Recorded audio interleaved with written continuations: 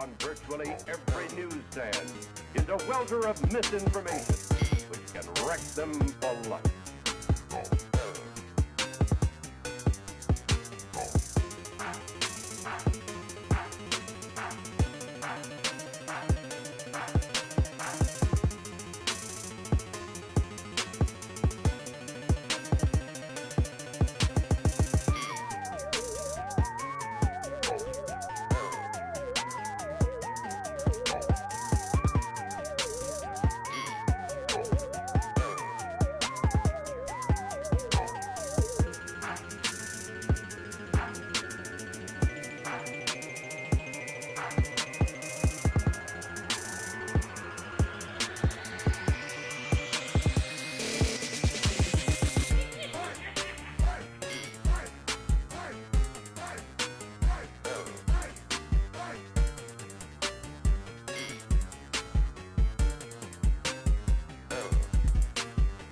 Come to a terribly sad indictment of our society.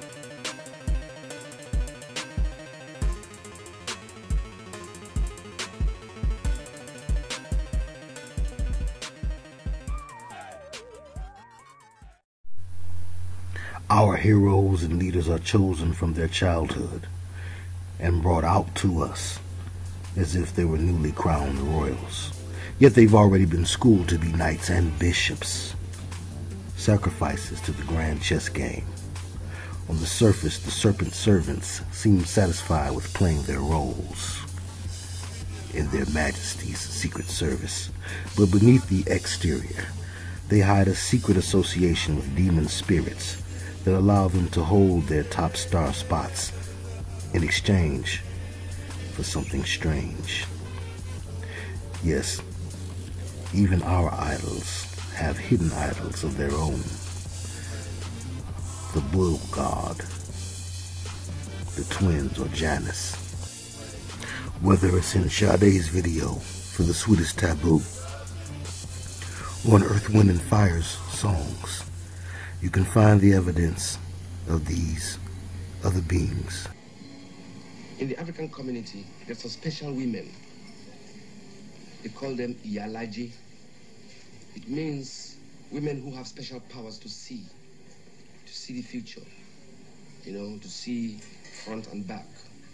These are the special women. And important people always have them around, in the African home. Like I have my own Iyalaje in my house, who advises me what to do.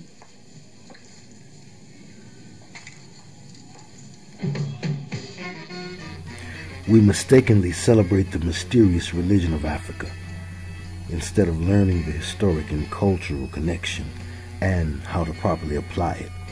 And in so doing, we accept a form of passed-on possession by default, ancestral bondage via necromancy disguised as ancestral worship, and the elite, the Luciferians and Kralians, all ascribe to this same belief, coincidentally. Pain, the strength, the African butt shaking. You can believe me, there's no show like this you have ever seen me before or will ever see again. Great acting, great singing, great dancing, everything. I want every child, every musician to see this. They're going to get inspiration. I think it's going to be Like the Floors in Tina Turner's What's Love Got to Do With It video.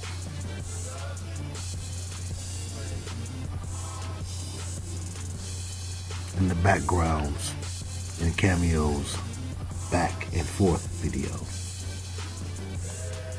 you find this constant theme of duality as exhibited in Janus. This double-mindedness is what gets you over. But to color New Age philosophies in an Afrocentric lie and then to bind us to an ancient practice of spirit worship is a part of the grand chess game, and it's evil at its worst. What has love got to do with it? Or pride? They keep the two sides going, back and forth, creating both confusion and chaos, double-mindedness, and throwing natural order out of balance until you not only open a doorway between black and white twilight, but the gray area when demons attack at night. You're traveling through another dimension. A dimension not only of sight and sound, but of mind. A journey into a wondrous land whose boundaries are that of imagination. Your next stop, the Twilight Zone.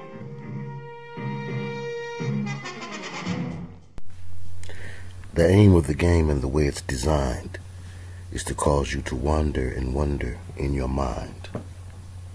And wonder, who are you? Who were you originally? This lack of self-identity leads to dissociative identity, a disorder that is caused by trauma. And we are purposely traumatized by the brotherhood who hide the secrets of history and the mysteries of so-called religion and isolate you on the chessboard alone with the spirit realm and magic at your fingertips. They lead you to the base of the pyramid, then leave you to find your own way, and eventually you will do as you will, as you become one with the spirits there, who you are told are your guides, your gods, your ancestors, or your aides. These so-called spirit guides, human shield right behind the brotherhood, who do their dirty work.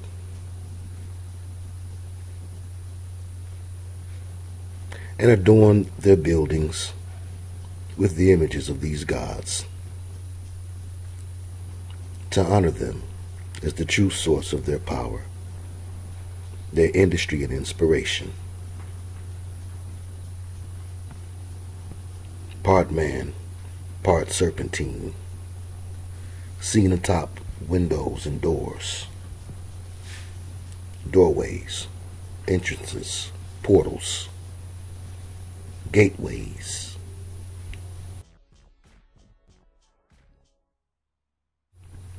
Straight into the hearts, these gods, guides, after, of course, they've overtaken yours.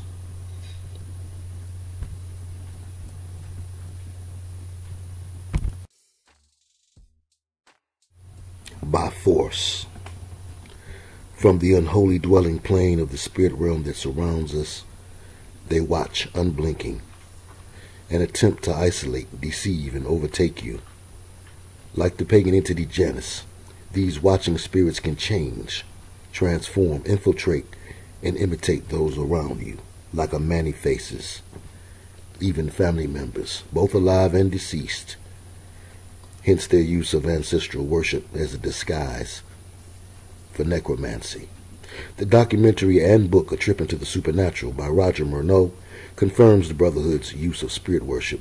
It's the secret of all secret orders, kept among the elite of the fraternity, the boss builders with boss buildings. They shield themselves from discovery by way of their coded symbology, ancient symbols from the beginning. There is nothing new under the sun. Everything here has already been done, and it was not only here before, but the last days shall be as it was in the days of Noah. And it is the way that you get over. As it ever was, as the ancient practices and beliefs of the original man were influenced by the spirit realm. Within that realm, oddly shaped beings lurk whose soul ambitious, the aggressive, the possessive, prideful, and especially the controlling, into worshipping them, fighting battles on their behalf, influencing mankind through borrowed magic, making them ancestors, idols, and gods. They become watchers, guardian angels, guardian gods, guarding the treasure, power, prowess of the elite, boule, guardians of the kings, seeming servants of the king. But like the precautionary tale in I'll Be Wrapped Around Your Finger by the police, the servant will eventually reveal themselves as the masters. And the doors and windows they stand guard over end up being part of the property of these deceiving deities. Odd ancestors indeed. Guardians of the brotherhood bosses, for a time, and the mother. They may appear to be protectors of the bloodline vine. They gave us the blueprint for civilization and the entire world we taught, from Timbuktu to Buckingham Palace, and what has it wrought? This is your civilization and the fruits of it.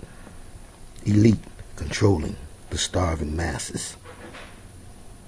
Could we or should we really take pride in that creation? Yes, from the First Nations came all things scientific, religious, philosophical, and pagan. But when your knowledge, history, and identity has been taken, instead of leaving the things of spirit forsaken, you begin to embrace them. The first dynastic kingdoms, the first art, the first culture, the first education and nation, and the first, as in Psalms 2 and 2, to have its kings deceived by agents of Satan.